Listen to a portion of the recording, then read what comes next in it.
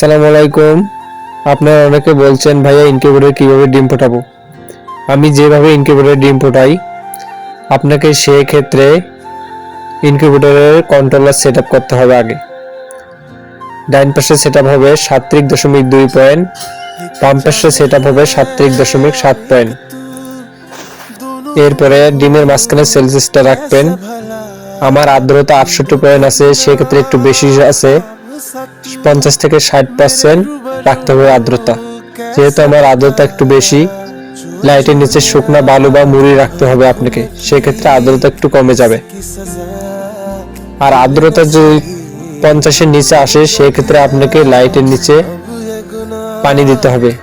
আর প্রতিদিন ডিম আপনাকে 2-3 বার করে নাড়তে হবে 15 দিন পর্যন্ত।